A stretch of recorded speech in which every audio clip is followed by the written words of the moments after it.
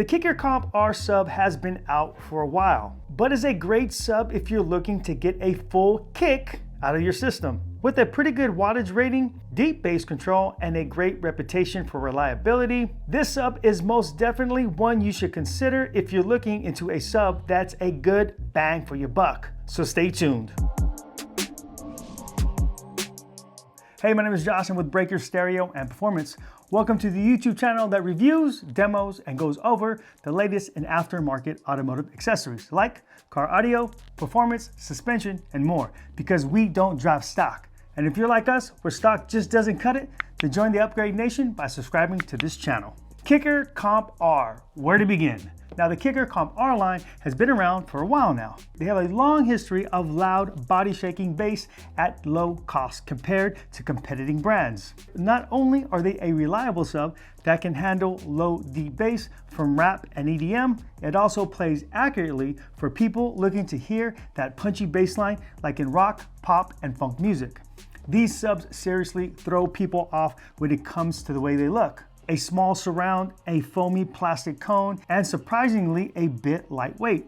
But when you get into the nitty-gritty part of it and see the specs, you'll see why we actually like these subs for an intermediate system. Specifically today, we're going to be looking at the 48VCWR122, aka the 12-inch Comp R in a pre-fabricated box from Kicker themselves. Join us as we go over the specs, demo it, and talk about why we like these subs so much. But before that, I would like to mention that some of our woofer videos have been less than stellar, not giving you a complete picture of the products and the little and big nuances that one needs to consider when making a buying decision. So we vow to not cut corners, skip steps, so that you're able to get complete and accurate info. If you left a comment bringing some of those things to our attention, I want to personally thank you. We strive to make the best out of our channel and value your suggestions and points. Okay, with that being said, for the demo, we're going to be running this woofer off of an Alpine MRV-M500, which is the 500 watts RMS this box is rated at. And it's going to go in a 2014 Transit Connect compact van, which of course is an open trunk environment. So if you have a car with a closed trunk environment, like a coupe or a sedan, then you won't get the exact same results. Okay, we're gonna first tune the amplifier with the SMD DD1, and we'll go over how to do that as well. Then we'll take the TermLab SPL meter to get a measurement. Also, we'll play a couple tracks and I'll give you some commentary on how it sounds. Now, like most subwoofers, this speaker will need to break in. As a rule of thumb, 2 weeks of daily playing or 20 to 30 hours at no more than 80% of its capacity will allow the suspension to break in, and once broken in, the subwoofer will produce stronger and lower bass along with a smoother response. So this sub has been in our display for a couple months, and I've had it in my van over the weekend, so we're going to be really close to that 20 hours. But before we do the test, let's talk about the specs. So this woofer is 500 watts RMS, 1000 watts peak. That's pretty decent for a sub in its range. It comes in a pre-made MDF ported box with internal bracing and the Kicker logo embroidered on the top of the carpet. And the final impedance on this box is 2 ohms. Kicker's SolarCon technology joins the cone to the vented back brace, both cooling the motor for clean, smooth bass. Speaking of cone, it's made of an injected molded polypropylene material and features Kicker's Sanaprene surround. Now, the Sanaprene is a thermoplastic compound that is unique in that it possesses the same flexibility and durability as most rubbers. And it has a longer lifespan and handles both hot and cool environments, making this sub a tough one compared to the rest of its competitors. To also keep the cone and surround together, you'll see the Comp R's signature double red stitching. The sub sensitivity is 90.8 dB at 1 watt 1 meter. And this sub can play down to 25 Hertz up to 500 Hertz. And we'll never recommend that you have your low pass set to anywhere past 120 on a 12. And one last thing, this box has a rectangular port tuned at 34 Hertz. And the port is slightly rounded at the edge to reduce any port noise you might get otherwise. The box is just a hair over 2 cubic feet at 2.074 before woofer and port displacement. Kicker recommends 1.75 to 2.25 as the box size. My guess is that Kicker decided to shoot the middle, since a box that is 2.25 is pretty big for a single woofer. And although a bigger box normally produces more bass, most people in the market that are shopping for a single woofer aren't looking for something that large. Okay, let's head outside and check this thing out. Okay, so the first thing we're gonna do is find the maximum unclipped level on this radio, which means the loudest you can turn up this radio without it distorting. Okay, so we wanna set everything to flat, okay? So we're gonna get in here and we're gonna turn off anything that would possibly boost the signal, okay? Go into the EQ. As you can see, everything's flat here. All right, so we're completely flat. And then also on the crossovers, we wanna make sure all our crossovers are not set at all, okay? Another thing you wanna do, you wanna set your sub volume in the center. So if you're doing it on the radio, set it in the center. And if you're using an LC1, an outboard RCA volume knob for your subwoofer, set that dead in the middle. This radio goes up to 15. So for us, the middle would be about 7.5, and I'm just gonna choose 8. Okay, so the next thing we're gonna do is go to the amplifier. Okay, now we wanna grab the signal from the stereo, and we can do this 2 different ways. The first way is we can unplug our RCAs, plug in a Y adapter, and then we can get the signal directly from here. The other way is we can get the signal at the amplifier, and I'll show you how that's done. So these go obviously back in here. And then you can use the provided cable that comes with the DD1, and this end's gonna plug into the DD1 itself. And then on this, we're gonna plug the positive onto the positive side of the speaker, and then the negative is gonna go on the ground, not of the speaker, but on the actual ground of the amplifier. Okay, and then make sure that you do not have your subwoofer hooked up at this point. Okay, we wanna make sure our gain is all the way down at this point.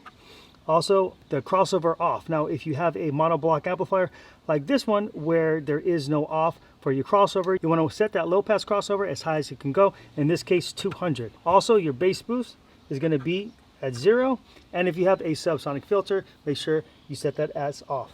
So if you buy the DD1, it comes with this CD. Now, on this CD, you have different frequencies and different dB levels. Now, if you don't have a CD player, like in this vehicle, you can easily transfer those tracks over on a thumb drive. Now in the near future, we're gonna go ahead and record some test tracks on our YouTube channel. That way you guys can access that pretty easy. Now I've seen guys run a $40 scope they bought on Amazon that seems to work pretty well. I've never used it personally, but from what I can tell, it works pretty good. Okay, so we wanna make sure we're playing a 40 Hertz track at 0 dB, okay?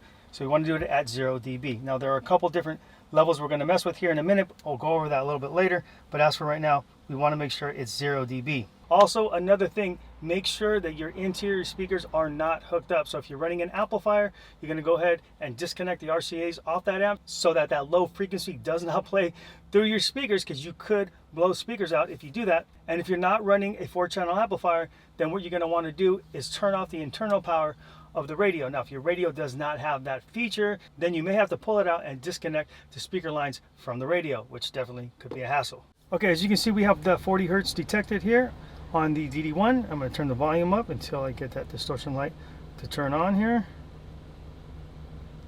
All right, so it's blinking a little bit. So 28, we have distortion. 27.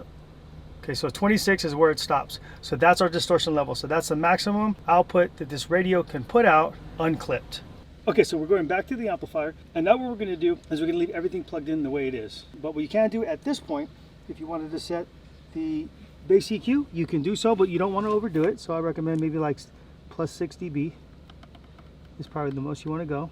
And now we're gonna change the track to either -5, -10, or -15 dB overlap. Okay, so if you're actually doing this, pay close attention. Now, using a -5 dB overlap will ensure that you'll get the maximum sound quality. And going with a -15 dB overlap will result in a louder system. Now, we want to shoot the middle since we like to have a nice balance between the two. So we're going to go with a 40 Hertz track, -10 dB overlap. All right, so now we're playing our track here. We have our signal detected. And then at this point, I'm gonna go ahead and turn the gain up. All right, so now I'm setting the gain and I'm looking for the distortion. And right there, so that exactly is our distortion, and you just back it down slightly. And I'll do it again just to make sure that we got it right. So once it's solid, and then back it down. Right now I'm right at about half. So this is gonna be just a hair under half on the gain, okay? All right, perfect. So now what I can do is I can set my crossover, and I'm gonna go ahead and set this up at 80 Hertz. And now I'm set. All right, so let's check out some music. All right, so at this point, go ahead and put everything back together.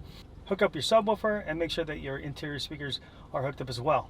And then I'd recommend turning the volume down slightly too before you start playing some music.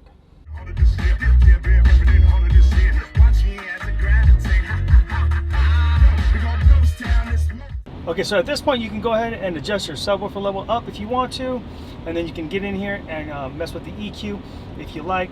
So go ahead and start to tune your radio as you see fit. That's perfectly okay at this point. Now, if you like it flat, even better, but you can do some tweaks if you like.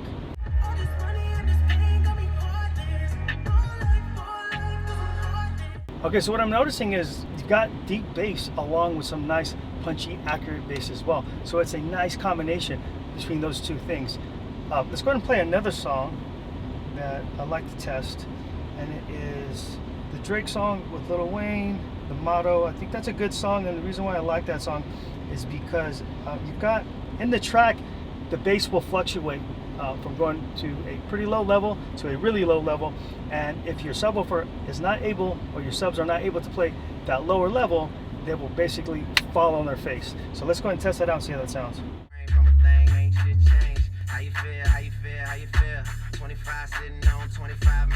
Okay, I can say it does pretty good when that low bass drops. So the first note is really low, I'm not sure what frequency that is, and then it starts to tone up from there, and from there it actually sounds pretty good. But even with that low frequency, it doesn't fall on its face. Now, I did read a bunch of reviews online, and that was the case, saying that this woofer box can play both really deep bass and punchy bass. Now, there was one 4-star review that said it did not play lower frequencies at 35 hertz. So let's go ahead and play a test tone at 35 and see how it does. That sounds pretty good to me.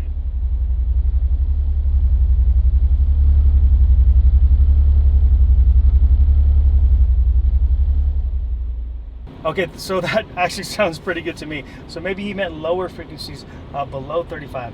Let's try 25.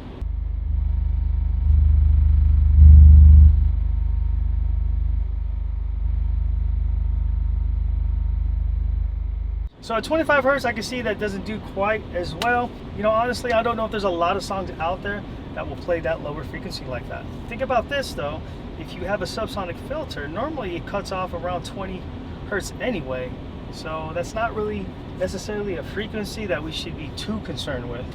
Okay, let's break out the term lab meter and get some SPL readings.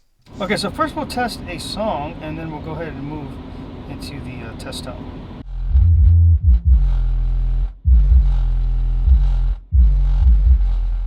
Okay, so now about 133.9 for a single 12 quarter box.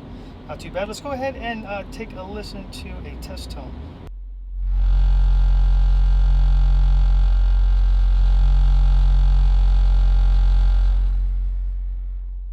Okay, so I'm using a 45 hertz test tone, and we got 133.6 on the SPL meter. Okay, so that will conclude the demonstration on this box. Kicker has done an excellent job with this sub at this price point.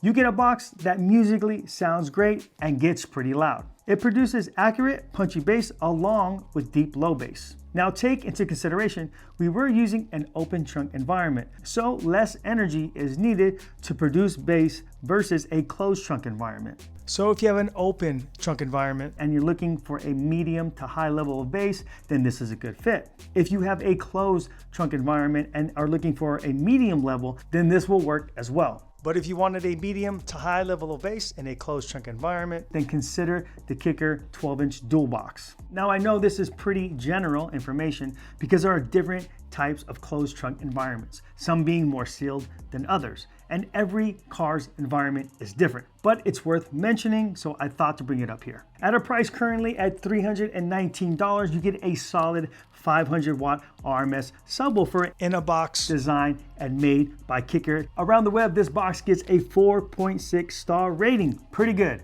And we think that rating is pretty accurate. You get good bass in an attractive, well-made box. And we believe this is a great value. If you want more information on this box or the Dual 12 box, we'll leave links in the description below, taking you directly to the product pages. Remember about our financing, simply add to cart, pick a financing option, get approved, and we'll send your gear out to you ASAP. Okay, hit that subscribe button if you want to see more videos like this one. Okay, that's gonna do it. Thanks for watching, and we'll see you next video.